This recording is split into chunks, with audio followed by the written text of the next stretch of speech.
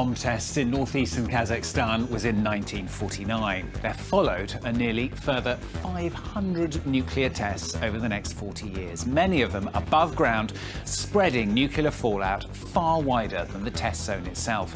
That means the equivalent of a nuclear bomb explosion every single month in an area roughly the size of Belgium.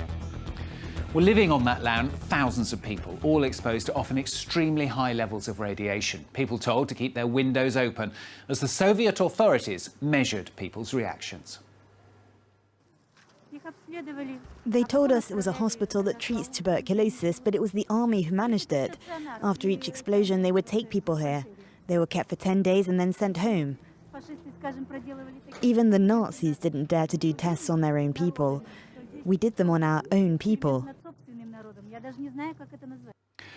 Nearly 30 years later, and they are still living with the effects. Cancers, miscarriages, mental disabilities, malformations, infertility. Today, nearly 500,000 people have officially been recognised by the Kazakhstani authorities as affected by nuclear testing. Experts say the cancer rate in eastern Kazakhstan is 2 or even 3 times higher than the national average. Well, life, though, beginning to return to normal. Radioactivity levels at last dropping to safer levels. The country once again wanting to exploit the land known as the polygon due to its shape, which... Kurchatov was the secret city of the KGB.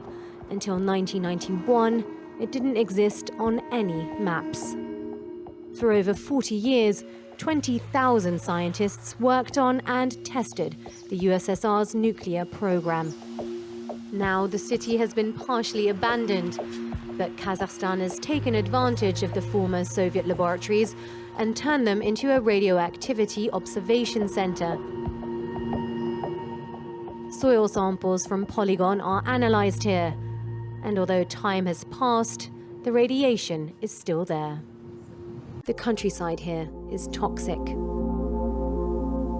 This is the atomic lake, a 500-meter-wide artificial basin created by a nuclear bomb in 1965.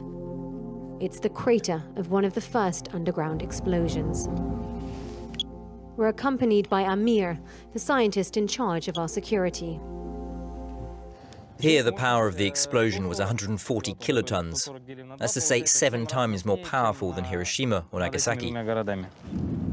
But in the polygon, there are no signs telling you which areas to avoid. In the distance, at the edge of the water, Amir spots a camp. Our guide gets out to warn these fishermen, who are complete. There are numerous deposits in the polygon, and companies would like to extract gold, coal and many other minerals. Of course, it would be in the country's interest if these mines could be used again. These scientists are expected to complete their report in 2021.